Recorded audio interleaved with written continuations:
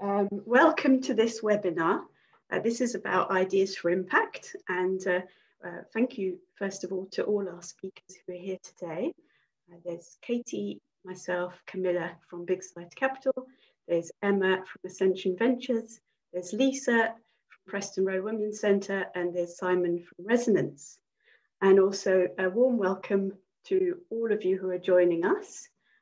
It's nice that Zoom has crashed its ceiling of 100. Normally it only lets 100 people in, and it's letting more. So we're really grateful for that. So thank you very much for joining us. We're expecting about 100 plus attendees today, and mostly charities and social enterprises, probably some fund managers as well. So I'm Jo. I'm going to take you through today as the chair, and I'm going to take you through, first of all, what we're going to cover. So this is really an Ideas for Impact webinar about how an idea can become an investable proposition. So we are Big Society Capital. I'm just going to give you a little bit about BSE, which is that we are the UK largest social impact investor. We invest with a sustainable return to improve people's lives in the UK. And we do that by connecting repayable finance to social enterprises, charities, and social purpose organisations. So in a minute, Katie is going to take us through the Ideas for Impact purpose of the programme and what we're looking for. And then Lisa, Simon, and Emma are going to have the great challenge of telling us in 10 minutes each what it takes to develop an idea into a scalable, investable proposition.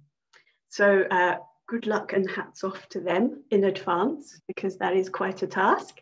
What I wanted to do, first of all, before we kick in terms of what this is a little bit about, unfortunately, what this is not. I know that a lot of you are looking for funding for your individual projects or social enterprises or for your charity. What this is not is funding to support individual social enterprise and charities, I'm afraid. What we're looking for with this programme and this call for ideas is ideas that would enable multiple organisations to take on social investment through a fund or similar structure. So there, I guess, is the first disappointment. I have to manage the expectations a little bit.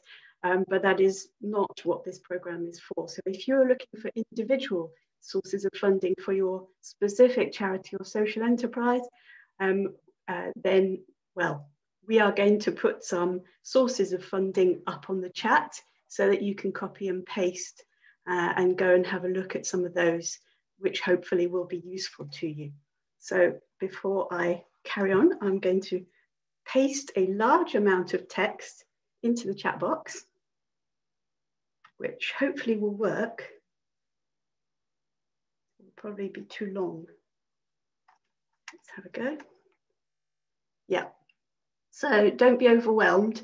But what I've done there is I've listed some sources of alternative funding that you might want to consider for your project if you are actually looking for funding for your charity or your social enterprise.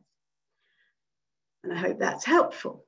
So, after being all negative about what this is not, let's talk a little bit about what this is. And a couple of bits of housekeeping before I let Katie explain this. One is feel free to use the chat to say who you are or to ask anything. Feel free to use the Q&A, which is a separate button, which you'll see on the left of the chat button. Feel free to use that to put in any questions you have for the speakers. We'll do our best to corral those and answer them, as many of them as we can as we go. And then the last thing I was going to say is many of you have got fantastic ideas and fantastic social enterprises, and you may actually want to connect with each other. And so we wanted to give you that opportunity as well. In a normal life situation, you would be able to do this by networking, of course, but today that is a bit difficult. So what we are going to do is post a link to a Google Doc, And if people want to connect with each other about their ideas, whether or not they are linked to this, in fact, if people just want to share, we're going to put the link in and you can say who you are, your email or details if you're comfortable sharing them with the rest of the group, what you're working on and what you're looking for. That way, if people do actually just want to connect and network and pick this up separately to this webinar, you're very, very welcome to. So I'm going to post that link now. And throughout the webinar, if you want to be looking at that or typing into that, you're very welcome to. Okay, so I think that's it on housekeeping. And I will now pass over to Katie, who's going to tell us a little bit more about ideas for impact and what we're trying to achieve with this programme and what we're looking for. Over to you, Katie. Thanks, Jo, and hi, everyone. Yeah, as Jo said, I will just start by framing the ideas for impact launch, what we're looking for and what we're offering. And then a bit more about why we're doing it, and finally, key kind of next steps and processes, which I'm sure all of you will be very interested to hear about. So I guess to start with, framing the ideas for impact itself, we've launched Ideas for Impact as an open call to surface ideas with potential to have transformative impact on a UK social issue by enabling multiple organisations to take on social investment through a fund or similar structure. Ideally, we're looking for fund ideas that could scale in the longer term, so bringing together more investors and supporting more charities or social enterprises to take on investment to grow their impact. So in terms of what we're offering, the total amount of potential funding for the call is £150,000, which will mean up to £30,000 of development funding for a small number of the ideas that are selected. In addition, we're offering in-kind support from the BSC team and connections to help develop ideas that have the greatest potential to deliver that impact at scale using the social impact investment.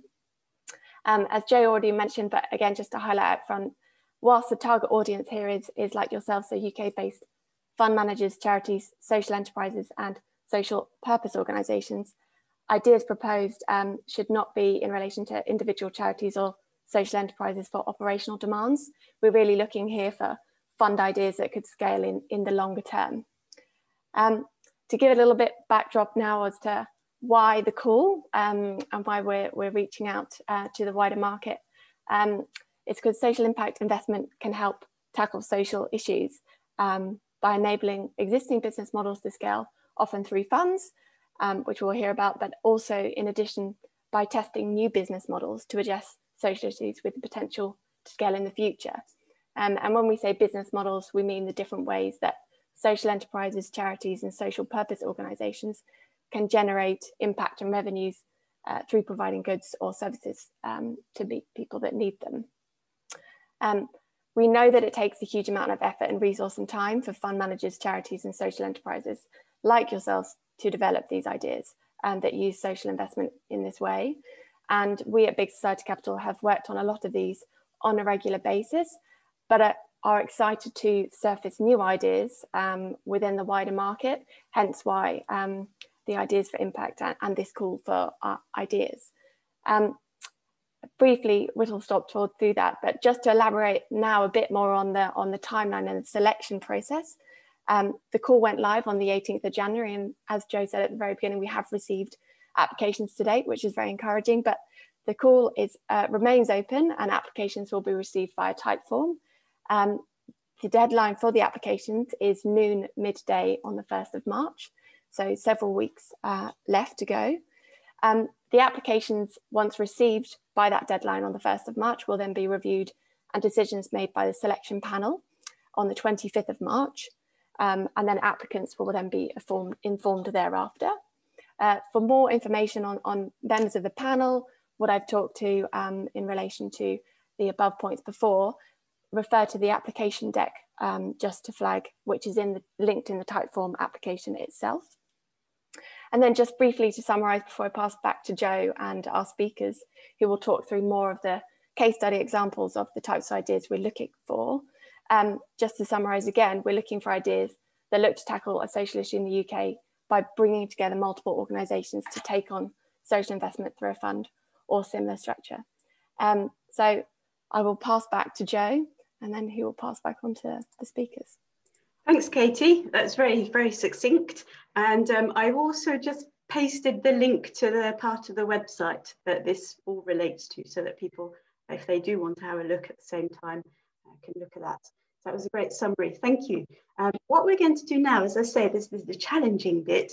We're going to ask our three speakers to talk through in 3 cases how an idea became an investable proposition or an investment fund. And 10 minutes to cover that is quite something. So I am going to be relatively strict, and I am going to time the speakers. I'm going to give you a wave, speakers, when you're at 9 minutes, so that you know you've got a minute left. That way we'll keep on top of things. If people have questions while the speakers are speaking, do feel free to put them in the Q&A, and Katie's going to help us work through those, and we'll have 5 minutes between each speaker to answer a few questions in relationship to each one of them. So I hope that sounds okay. We're going to start with Lisa. Lisa, I'm going to start timing you now if you want to talk us through how your idea became an investment proposition. Lovely, thanks, Jo. Yes, my name's Lisa Hilder, and I'm a trustee for Preston Road Women's Centre in Hull. We've been operating a range of services for women and children for the last 20 years and developed that range of services over that time. What we offer includes specialist domestic abuse support. We offer safe, dispersed accommodation for women fleeing violence and abuse. And that means properties of all different sizes, ranging from 1-bedroom flats to 5-bedroom houses across the city of Hull. We have a nursery within our women's centre that's Ofsted registered and caters for up to 18 kids 0 to 5. We have an accredited training programme. We're a registered learning centre with National Open College Network. We have a charity shop on site, does what it says on the tin. We also have a young women's involvement and empowerment project that works with girls and young women who also have domestic abuse in their lives, either with the households they're living in or getting into relationships in adolescence and beyond, which are abusive.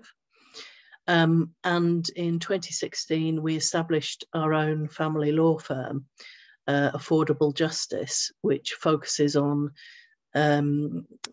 things like non-molestation orders, child proceedings, divorce and separation, and operates as a social enterprise, offering accredited legal services at less than 1/3 of high street prices. So you can see that we've got a full range of different services aimed at tackling a social need. And lots of the women who come through our doors are fleeing violence and abuse, or they are otherwise experiencing some kind of trauma or difficulty that we help them with and help them to live independently and move towards achieving their potential and their own aspirations. So in terms of being able to demonstrate social impact, we have a full range of different interventions that help us to do that. And specifically around domestic violence and abuse, our accommodation provision is one of the bedrocks of enabling women to move to recovery.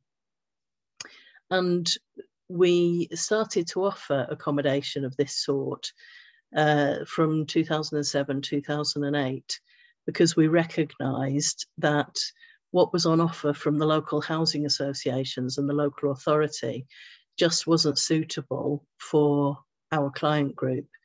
the properties were in isolated locations, and they were often fairly dilapidated. And we wanted women to have good quality accommodation close to local amenities, shops, public transport routes, schools, that would therefore enable them to resettle effectively, rather than not being able to build a new life in a completely unsuitable property.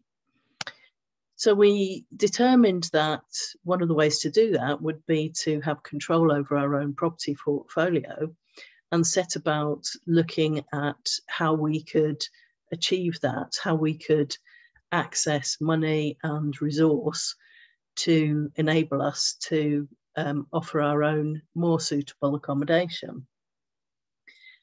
And that was the process of identifying the need and identifying the issue that we wanted to tackle. It came directly from the needs that were evident from women using the Women's Centre and coming through our doors. And it was blatantly obvious, really, what we needed to do.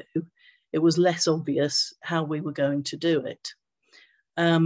And therefore, we began to have conversations with a social investor. At the time was Future Builders England, which has latterly transformed into the social investment business, and began to talk to them about what our identified need was and the way in which we thought we might be able to address it. And that process became an ongoing conversation and enabled us to access what I now know to be blended finance, which was part grant, part loan, and put our first foot on the ladder, both of the property ladder and of escalating our work with social investment. So cut to more recently, we had developed a significant property portfolio, and we had also recognised that this was a common need across the UK from talking to other women's sector organisations. And through our work with, by that time, a number of social investors, we linked in with Big Society Capital and a woman called Karen Ing, who had also identified a similar need. And we worked with a range of organisations, and Karen facilitated a survey of those organisations, which helped us to discover and identify and explore a bit further what the needs of women's sector organisations might be to get to the point of being able to operate their own property portfolios and essentially deliver the positive benefit that we had been able to do locally in Hull. And that was the beginning of the WISH Fund, the Women in Safe Homes Fund, which is now operational and offering investment through a lease model for women's sector organisations around the country to access their own properties. But the process of doing that was developmental. So again, we started with the need, and flowing from our experience at Preston Road Women's Centre and a survey of more than 60 organisations up and down the country, it was identified that one of the key stepping stones to this was an investment fund that could offer properties in various locations managed by various women's sector organisations that not only offered suitable bricks and mortar properties for women in challenging life circumstances, so typically women fleeing violence and abuse, but also perhaps women at risk of offending or leaving prison, could offer those properties which would generate a rental income to support the work that the organisations needed to do to support the women, but also generate income that would provide a return to investors. So it was about crystallizing how that win-win-win situation could happen. The win for the service user in terms of having safe, appropriate accommodation, the win for the organisations in terms of having sustainable income to deliver a service, and the win for the investor in generating a return on their capital investment. And that developmental process happened over a period of around 18 months and developed into the Women in Safe Homes funds. So we needed to look at the proposition from everybody's perspective in order to, thanks Joe, in order to get to that happy confluence of benefit. And part of that was obviously working through the financial elements of the proposition to ensure that the appropriate return was given to the investors, and that the proposition would work in a number of locations up and down the UK, which is where the scaling impact is achieved. And we were able to demonstrate very clearly that this model will work and is already beginning to work in various different areas of the UK and can benefit organisations and service users in those communities. I think I'm getting the honky horn from Joanna, but that's probably as much as I wanted to say. Thank you, Lisa. That was fantastic and clear. And thank you for the really, really interesting story there, and how you could tell it in 10 minutes was quite impressive. We haven't got specific questions in the Q&A on what happened with your particular situation, but I just want to kind of recap a little bit, because it's really interesting that you talked about the triple win. So the women were getting safe accommodation. The second win was for the organisation, because you were becoming sustainable with a business model effectively. And the third was that there was a win for investors, people who wanted their money back with a little extra, because there was an investment fund structure, a housing fund structure that then works for investors. So that triple win, I think, is exactly what we're talking about here. And I think you illustrate it really, really strongly with this example. And I guess the only other question I was going to ask was, how did you know, or how did anyone know that there was the option of scaling this? So you knew it was going to work for your organisation, but how did you know it was going to work for more organisations in the country? Well, as part of this journey, we reached out to various women's sector organisations and formed what's now the Surviving and Thriving Network for women's sector organisations, and includes more than 30 members from around the country. And that network was derived from a piece of research I undertook in relation to social investment, and the network has grown from that, where we've linked into other networks of organisations, for example, the Women's Aid Federation and the Rape Crisis England and Wales network.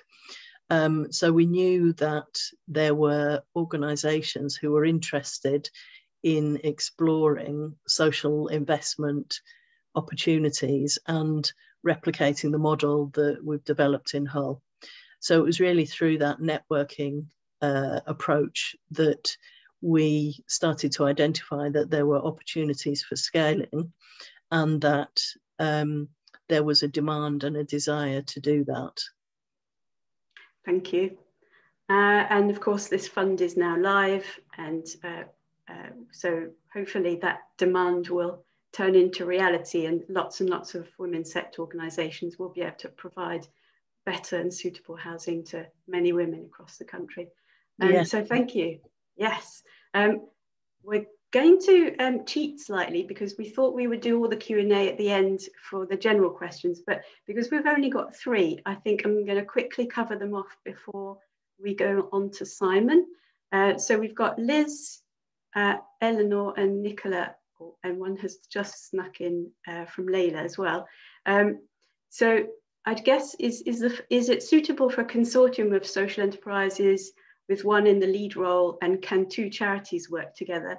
Yes, if people want to work together on an idea, that's a great thing. And the third question from Nicola, would you be able to clarify that you would, what you mean by you would prioritise having identified a fund manager to work with?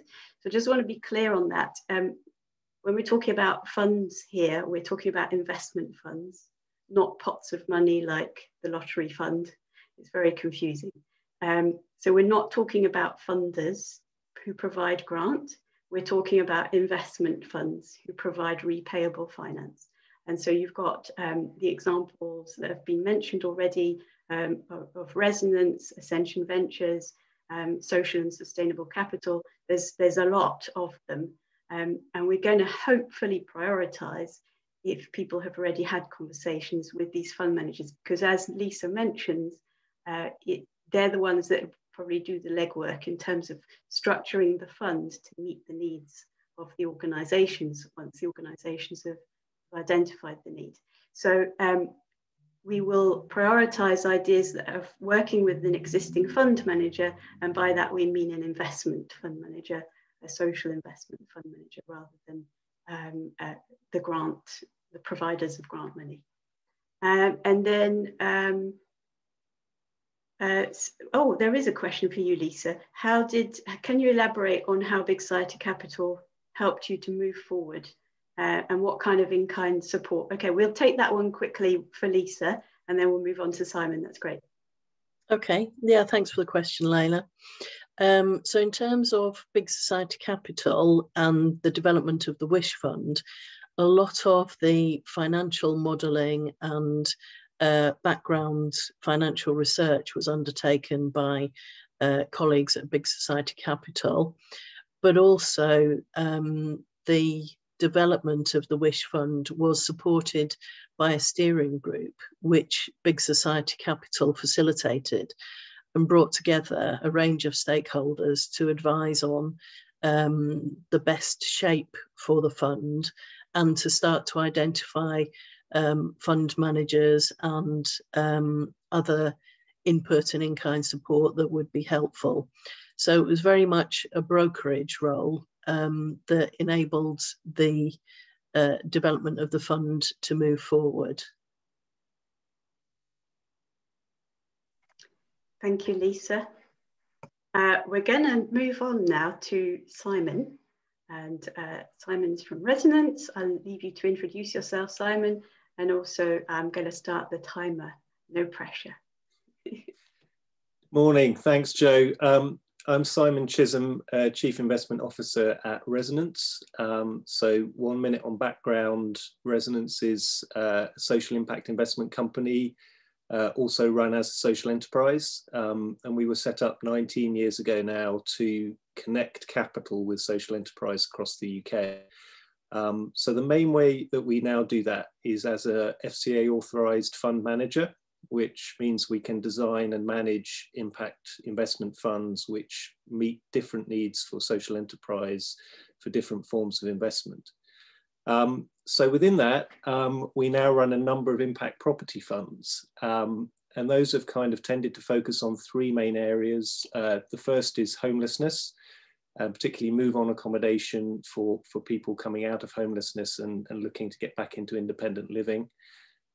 Learning disability, which I'll touch on this morning. And thirdly, the Women in Safe Homes Fund, which Lisa has just spoken about, which is distinguished by the fact that it has a gender lens and exclusively focused on the needs of women and women's sector organisations. So Jo asked me to talk specifically about our initiative in learning disability. That's the Resonance Supported Home Fund. That is an impact property fund which has focused on the needs of charities who are working with people with learning disability, autism, and severe mental health issues, and essentially assisting them to live more independently with support in the community, often as an alternative to more institutional settings. So the first question was really how we developed our understanding of that social issue. The origins of it really were the fact that we had been running the homelessness property funds for a number of years. And we came across the opportunity to do some research into something called the Winterbourne View scandal, which some of you may be aware of, was a situation where people with learning disability were subject to abuse in an institutional setting.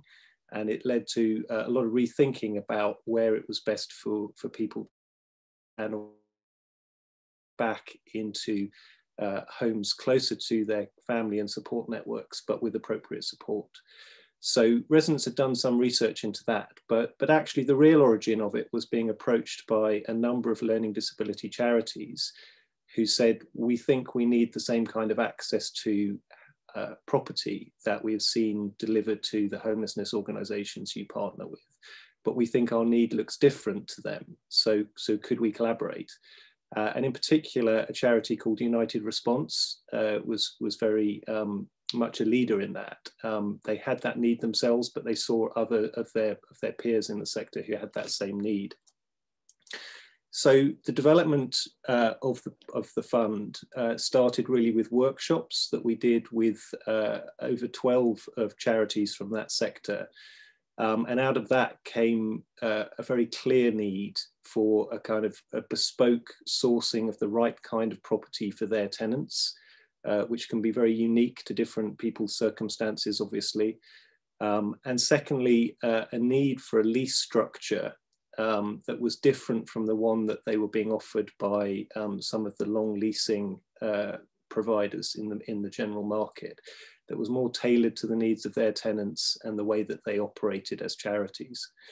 And we then entered into a kind of more detailed phase working with the two founder charity partners, United Response and also Reside. In terms of the impact need, we also had quite a structured process for that, and we got perspectives from the charities through, again, workshops with them around what their theory of change was for the individuals that they worked with, what kind of measures of that impact would make sense to them. But also Resonance had some of its own direct experience on a smaller project for housing a small number of individuals with learning disability, through which our own team had direct interaction with tenants who had learning disability, and also importantly with their families. So we felt that that brought a really good mix of direct perspectives as to what was needed. Turning then to the need to then look at the needs of investors in developing these kind of funds. I guess we started from the fact that the basic model of a property fund focused on the needs of social enterprise was one that we already had a lot of confidence in through our homelessness property fund initiatives at that time. We knew that investors liked the combination of a yield on their investment that came from the rent on the property, but also the long-term capital appreciation that could be delivered over time. But actually, as impact investors, we also knew they liked the focus that an initiative that was really trying to focus on one issue and do it in a kind of focused way brought. So we thought that would work, but we had to do some market testing with investors around this particular proposition for Resonance Supported Homes Fund. And it turned out that one of the key differences here was that obviously the need for housing an individual with learning disability is very different from the need for housing someone coming out of homelessness. And one of the key differences is that in this case, it really was a home for life that people were ideally looking for. So the fund needed to have a much longer life to it. And that raised some issues for investors about how they could potentially exit from their investment in due course. So we ultimately came up with a structure that balanced those needs, what's called an evergreen fund structure, which means the fund continues to exist as long as it's needed. but something called a kind of 8-year liquidity window where investors can every 8 years request a return of their capital. And we have various mechanisms to try and do that for them. So again, we entered into a very focused period towards the launch of the fund with a smaller group of investors who were involved in the first close of that fund, amongst them Big Society Capital. And that allowed us to really hone the terms for investors down to what they needed. So the final question was really about how we then look at scaling this type of initiative. So the Residents Supported Homes Fund launched in the second half of last year with 2 founder charity partners and 3 founder investors, and just over 10 million of investment in its first close. But it has an ambition to serve a much bigger need and scale to at least 100 million over the next couple of years.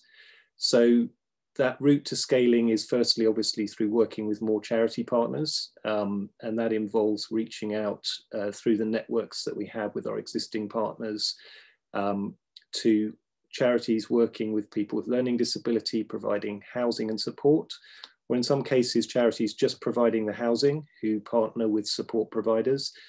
And actually, we've discovered that in some cases, we're reaching out to support providers who don't yet have a housing partner, but where we can actually provide the connection to a housing partner, which has been an interesting bit of learning in this initiative. And also really to differentiate the lease that's available through this from some of the kind of other leases that are out there in the market, which are probably less suitable for these organisations. And that may in the past have dissuaded them from using a leasing option. And then on the investor side, obviously what we're doing is moving towards subsequent closes of the fund this year to increase the amount of investment.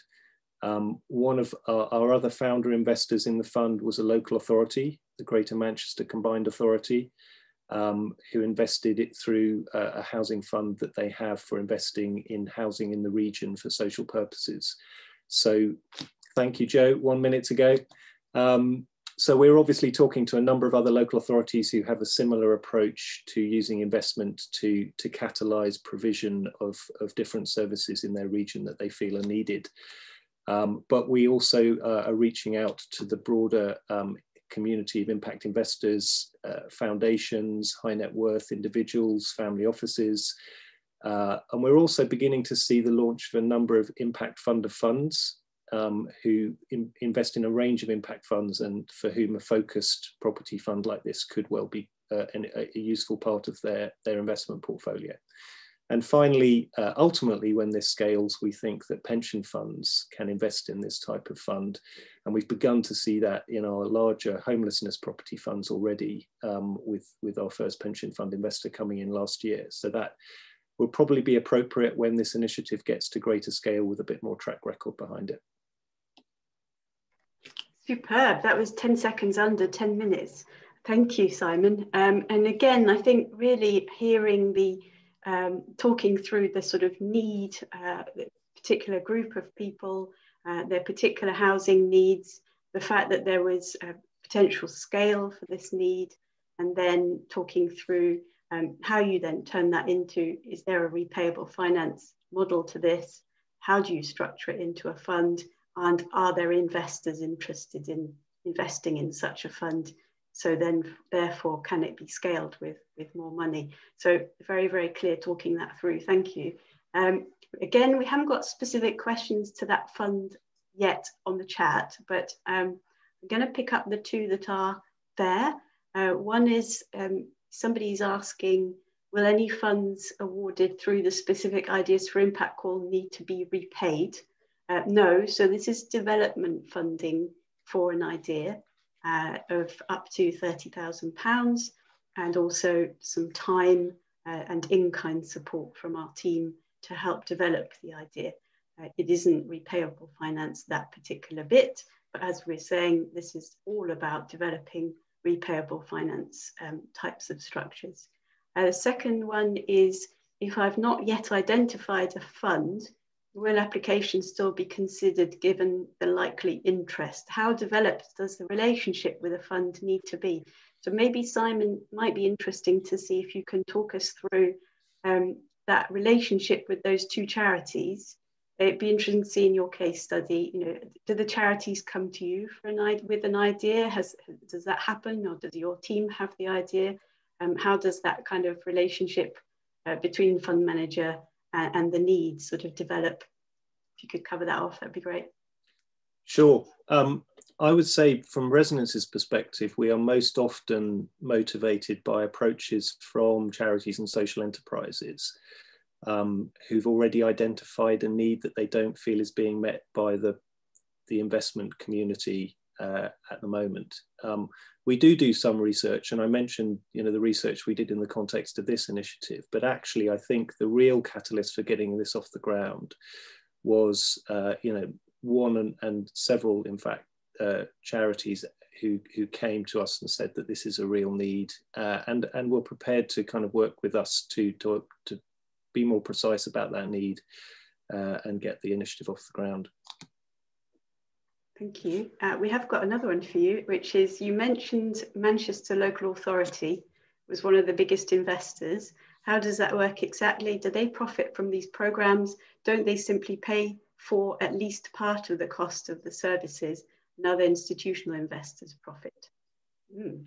There's a meaty one for you, Simon. Sure. Well, I think that the simple answer is that when a local authority like that is investing in an impact fund of this sort, they obviously have two hats on. The first is, yes, they are still a service provider, and they will be commissioning and providing some of the funding for that support with that hat. But they also do have an investment side to the local authority, which is often directly investing in some housing provision. But where they see that they can do that more effectively through a fund of this sort, and obviously still generate a sensible risk-adjusted return for the local authority, then that can in some circumstances make a lot of sense. But they have to look at each of those two aspects separately and make sure that both are working well for them. Thanks, Simon. I've got one last one specifically for you, which is rather financy meaty from Arvo. And that is, how does the performance or volatility of the social impact property funds compared to traditional regular PRS funds? Do social impact properties require extra asset management? And what are the biggest challenges in running these properties? If you're able to answer even a small amount of those big meaty questions in a minute or so, that would be really good. Excellent questions. I'll go in reverse order. The biggest challenges in running these properties, that really does differ according to the initiative. Obviously, homelessness is extremely different from learning disability. And actually, the reason the Women in Safe Homes Fund exists is because, as Lisa has said, homelessness looks very different for women in many cases. So it needs a particular focus on supporting them in specific ways. So the simple answer to that is that we, as Resonance, seek to partner with charities and social enterprises for whom that is their specialism and focus in running those tenancies well for the individuals in very different circumstances.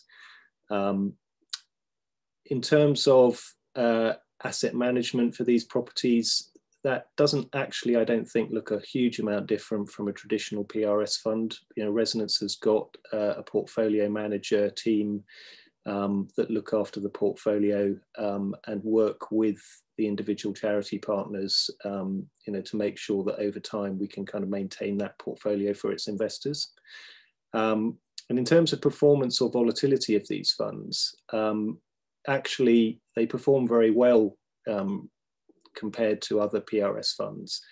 In some cases, actually, you know, they are more diversified than traditional PRS funds because they're, for example, in homelessness, we're buying very dispersed individual units all around major cities rather than investing in very large blocks where there might be a big concentration of investment in a single asset.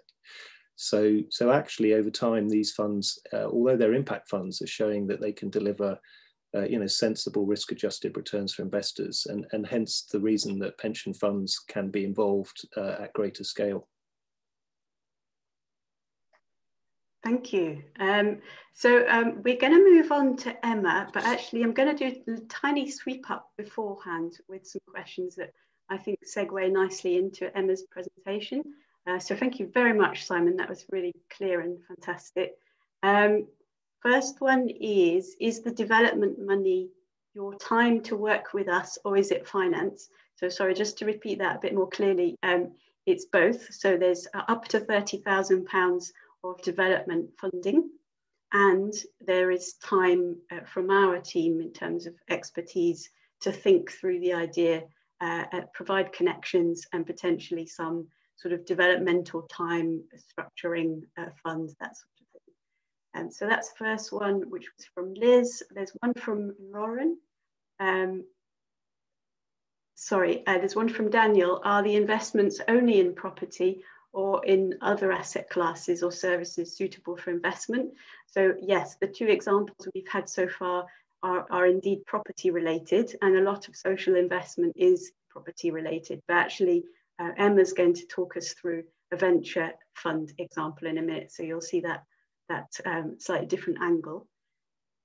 And from Lauren, how wide does the fund for each individual project need to reach? Location and participant numbers. I guess we're looking for scale is the main answer. So if something was only in one place but had significant impact and scalability, it wouldn't be necessarily that it had to be a national approach. It could be in a specific area of the country, for example.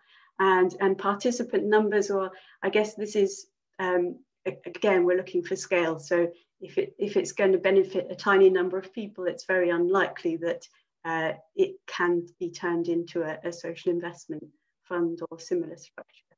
I hope that helps. Will there be a recording of this available? Yes, there will be.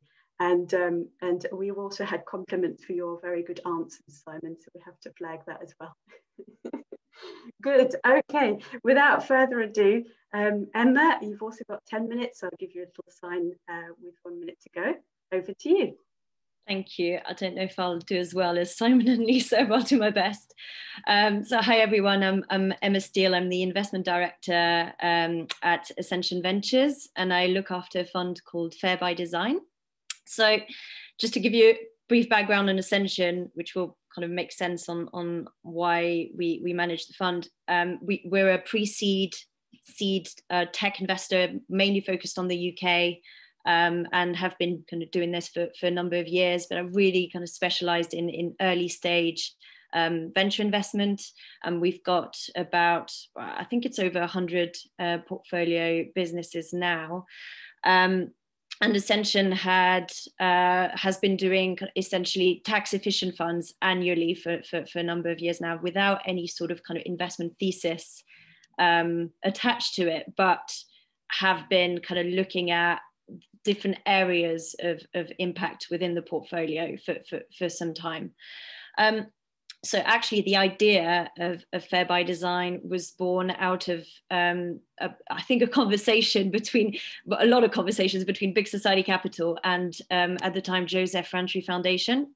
So JRF obviously had been doing a lot of research around the different drivers of poverty, and BSC wanted to find ways of kind of using impact capital in ways that drove some kind of scalable and commercial ideas to tackle some drivers of poverty. And you can't, the idea was that you can't affect all areas of poverty with social investment, but it's kind of about finding a way of using impact capital that could do that.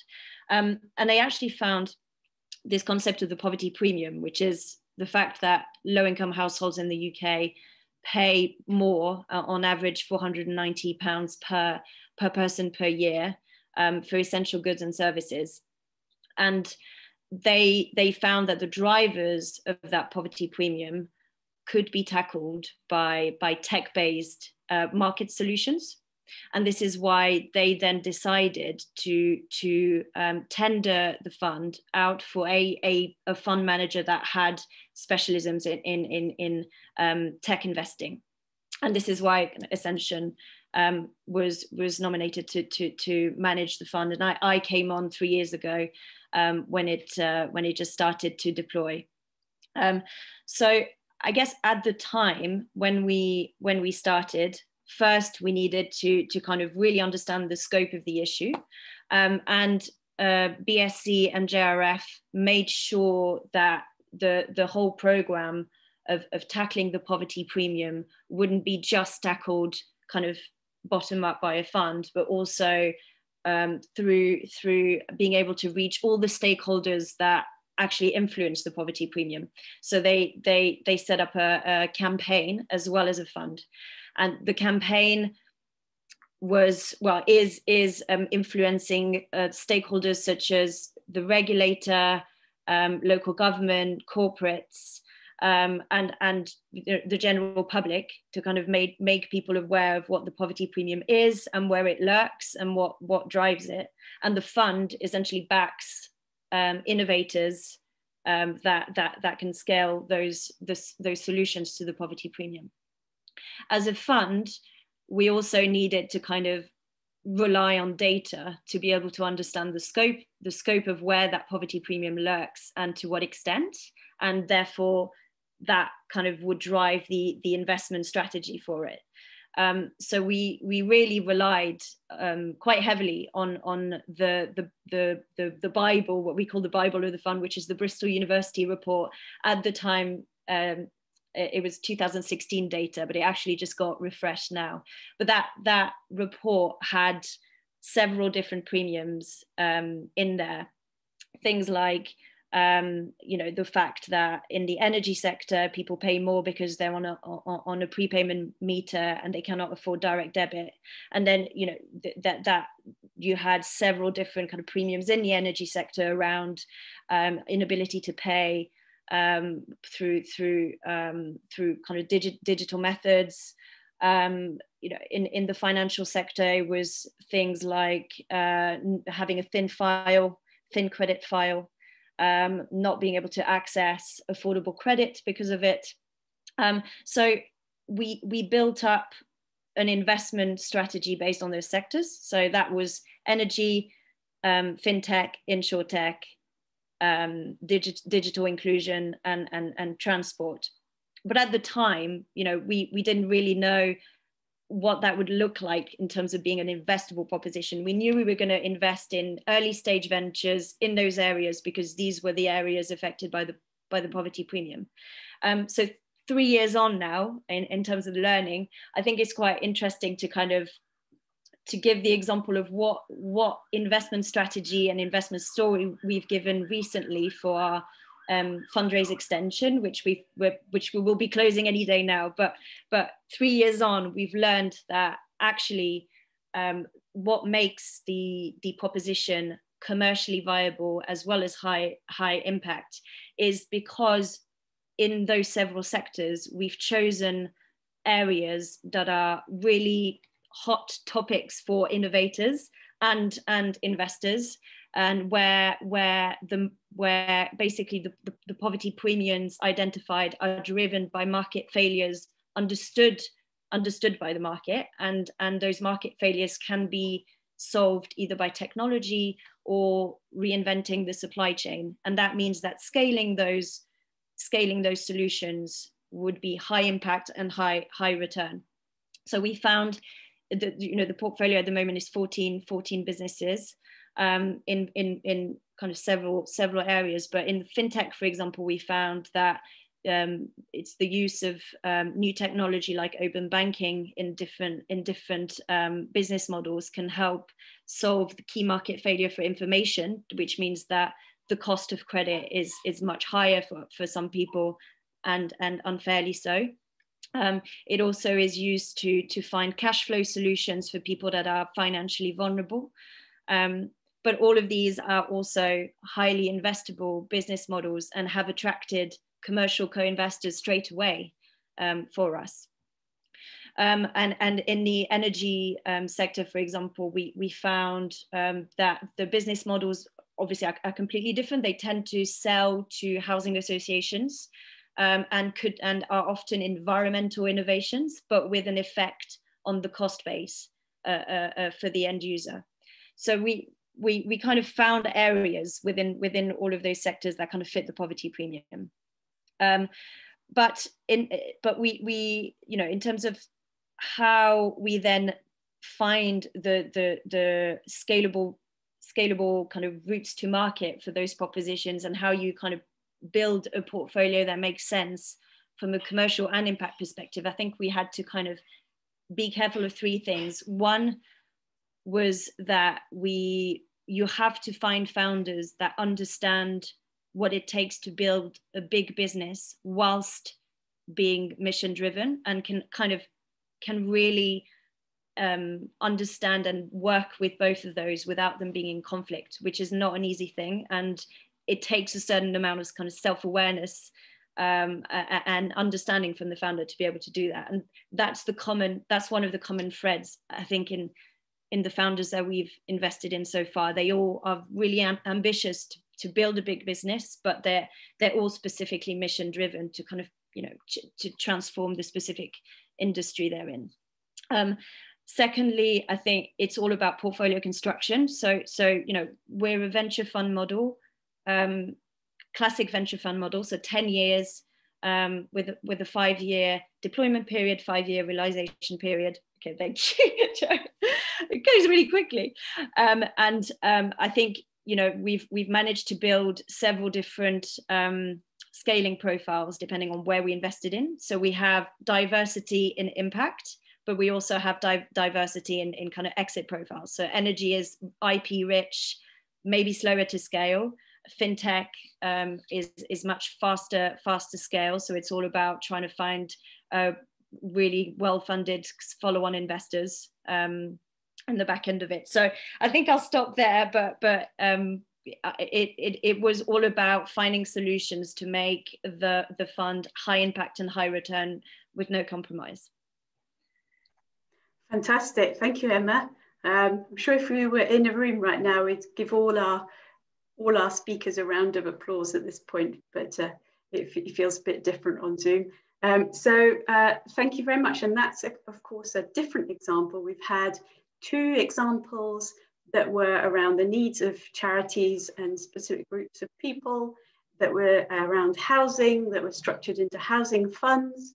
We've heard the perspective of Lisa with the charity, and Simon from the fund manager perspective on those types of funds.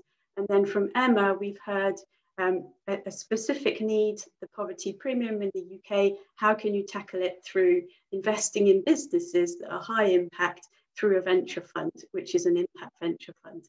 So very different angles and different ways that an idea has turned into, in all 3 cases, an investable proposition. So this is the kind of stuff that we're looking for. And you might be thinking at this point, well, that sounds like an awful lot of work, and it feels like it would be a million years to get to that point. So maybe a few questions that we might pick up to unpick that a little bit. But before we do, I want to remind you all of the link that we put, perhaps Katie, you can post it again, to the Google Doc. And now this is a link that we're putting in just so that people can connect with each other, not to do with this, not to do with call for ideas, just because if you've got great ideas, you might just want to connect with other people with great ideas. So that is not an application form, it's just a Google Doc. You can put your details in, you can say, I'm working on X, Y, Z, and I want to connect with people for this reason. And hopefully we'll send this around, of course, afterwards, but some of you might be able to establish some interesting new connections with each other aside from this program. So I'm going to pick up a few questions, and some of them will be for specific speakers. Some of them are about the call for ideas, and if they are, then I'll field them to Camilla, who hasn't had a chance to speak yet. So maybe to start off, and also thank you for those who've been chatting away in the chat, and Lisa's even been answering questions on the chat, so that's great. I'm going to start with a general question that somebody's saying about it's Jonathan actually, rather than a social enterprise or charity which has partnered with a fund making the application, can a fund manager directly come to us with an application for developing a new fund? Yes, of course. But I guess what we want to be sure of is that your idea is grounded in the need. So if you have had conversations with charities, social enterprises, or businesses, or people, individuals, that will reinforce the strength of the idea. But yes, it could be from a fund manager. The next one I want to pick up is one for Simon. So rewinding back to the fund you were talking about, when you say you had a different leasing model for this market, can you elaborate what forms they have taken? Maybe just remind us in a few words what this is about. Sure. So this is about finding the right lease terms for residential property that charities working with someone with learning disability and wanting to house them in a property that they might want to stay in for life. What's the right way of doing that? And the lease terms that we worked through with the sector and with those particular charity partners, it was really about making sure that the rental on those leases was tracking the actual income that those charities would be receiving under different forms of housing allowance that apply to those kind of tenants, which is not always the case for leases that are offered in the market. And also that if it was necessary at a later point for various reasons for the charity partner that property was no longer the right one or wasn't the right solution, that we had some flexibility for the fund to take the property back and either sell it and reinvest or potentially even lease it to another of the partners that we have in the fund. So it was about building those types of flexibilities in where perhaps they're not normally there in kind of long lease structures, which the main market is offering. Thank you. We've got a question about the rate of return on Simon and Emma's fund for investors, approximately. If you both want to chip in on that. Simon first. Yes, so I mean, these are residential property funds. Again, it depends on the particular initiative that we're talking about. But if we say, you know, they're delivering roughly 6 or 7% total return to their investors, and we're tending not to use, you know, large amounts of debt, if any debt at all, in those funds. So fairly low volatility on those returns, and quite a large component of that return through a rental yield. Thank you. And Emma? So we're looking at the mid-teens for in terms of IRR over net IRR over 10 years for the fund, and as comparison, I think it's probably 20% upwards for kind of normal venture funds. So we're slightly below. And one other question for you, Emma. I'm going to read it out. It's from Arvo again. He's got very good questions. With a singular focus on eradicating the poverty premium, do you have a standardized approach in measuring impact of your various investments before and after investment? And what are the most common reasons why organizations fail to obtain investment from your fund? Ooh, okay. So I'll start with the last question. I guess, I mean, because we're beyond being an impact fund, we're an early stage fund. It's really all about the team, and it's very often due to the team or issues with the team. In terms of the fund thesis, it may be that we feel that the impact is too marginal. Sometimes it's, you know, it's an app where the main audience is definitely only going to be millennials. You know, it's kind of trying to figure out whether the impact is really going to be on low-income households, even in the long term. Sometimes that's a difficulty. But yes, team product distribution is the main thing we kind of look after at the early stages. And then in terms of impact measurement, yeah, the main thing we're trying to get at is the pound saving on the poverty premium across the portfolio. So the challenge is for B2B businesses, how do you then measure the attribution level of the services on the end user from a kind of pound perspective? So our our entire impact framework is trying to kind of get to a realistic attribution level of those business models. Thank you. So we're going to carry on going through the Q&A that people have posted. I'm going to start with, I'm going to move over to Camilla because they're mostly questions about the call for ideas at this point. So we've got no less than 3 questions from Siva. I'm going to read them out, and then perhaps Camilla, you can cover off some of this information in one go. We've also got another question which I think we'll cover off at the same time. So get ready with your pen and pencil, your paper and pencil, Camilla. So to what extent does do the ideas need to be aligned with Big Society Capital's focus areas? For people who don't know, we're going into a new strategy, but currently those are early action, homes and place. The second is, what are the impact criteria? Are some impact areas going to be prioritised over others? I guess your question around the lack of affordable and long-term artist workspaces, for example. If beneficiaries are artists, for example, would that be interesting, or would we not consider that a sufficiently vulnerable group for this funding call?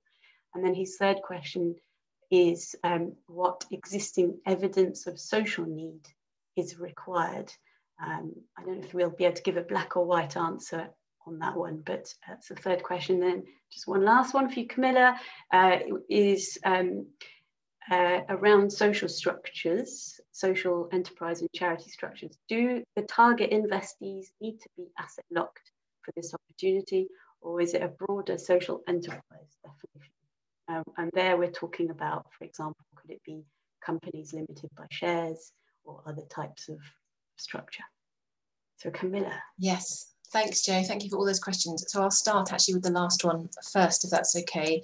In terms of the ideas that we hope will sort of provide finance and the underlying organisations that will take those on.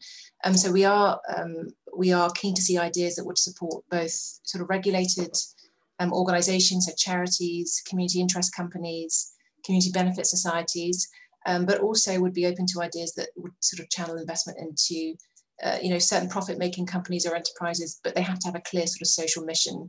So exactly the types of organisations that Emma talked about that are supported through that fund, yes, those would also be eligible to receive funding through this. And then moving on to Siva's questions, thank you for those. So first of all, on the extent of alignment with our sort of focus issues and areas. So we haven't specifically narrowed this call down to specific social issues. And what I would say, I guess, in terms of why BSC tends to focus on those particular issues is because those are the places where we see, I guess, the greatest potential for social investment to have impact at scale. So to an extent, I think we would expect to see issues clustering that area. However, we are really keen to get sort of new ideas, things that we perhaps have missed, where we think there is that could be that sort of transformational impact. So I think we probably would be open to hearing ideas across sort of a range of different social issues. On the impact criteria question, so impact will form part of the broader sort of consideration set as we look at these ideas across the whole. We do have a focus really on reaching disadvantaged and vulnerable groups, and I think this ties into the scale question that Jo sort of alluded to at the beginning. Ideally we're looking for ideas that will benefit sort of large numbers of people, so individuals at scale, and have that sort of transformational impact. But again, impact is one key criteria that we'll look at in the round. And then to your question on evidence of sort of social need, I think we would be keen to see that there was evidence of need there as part of the sort of application, really to sort of demonstrate that we think there is potential for organisations to take on social investment to sort of grow and scale their impact to address that problem. So I think, as Jo said, no kind of hard and fast rules about what that evidence would need to look like, but I think we would need some sense that there was genuine need there, and that social investment could play a role in addressing that. And I think that's my full list. Very good. Okay, I'm just going to take 2 more questions because we're running out of time, and I also want to make sure that we remind people of a couple of things. One is the Google Doc is not the application form. The Google Doc is just so that people who want to connect with each other, and it's great to see that already more than 30 people have put their ideas on there. It's literally just so you can connect with each other. So if you want to put your details, you can just start contacting each other. If you've got sort of similar ideas, for example, or working in similar areas, just a networking tool. Whereas the application process and the application form is a type form, which is all on our website. We will post that again in the follow-up email. So yeah, last couple of questions, I think, before we close off and give everybody time for a lunch break today. One is actually for Emma. Were you able to obtain initial investment to the fund based on eradicating the poverty premium, or did you have a portfolio pipeline in place first? So a little bit of chicken and egg, what comes first type question. Yes, I mean, yeah, I forgot to kind of talk about this, but the first investment was anchored by BSC and JRF. So they put in the first 8 million in the fund, and then we, on the back of that, we raised another 2 million, mainly from foundations in that same year. But it wasn't easy. It wasn't easy without a track record. Sorry about the sirens. The most recent close was easier, I guess, because we had an existing portfolio and we can kind of show what we meant by the different kind of investment areas. So it was, and we have now a more diversified set of limited partners actually beyond foundations, which does show that it's just as a first fund, calling on foundations is actually that they're more probably willing to take the risk on things without a track record than other sorts of limited partners. Thanks, Emma.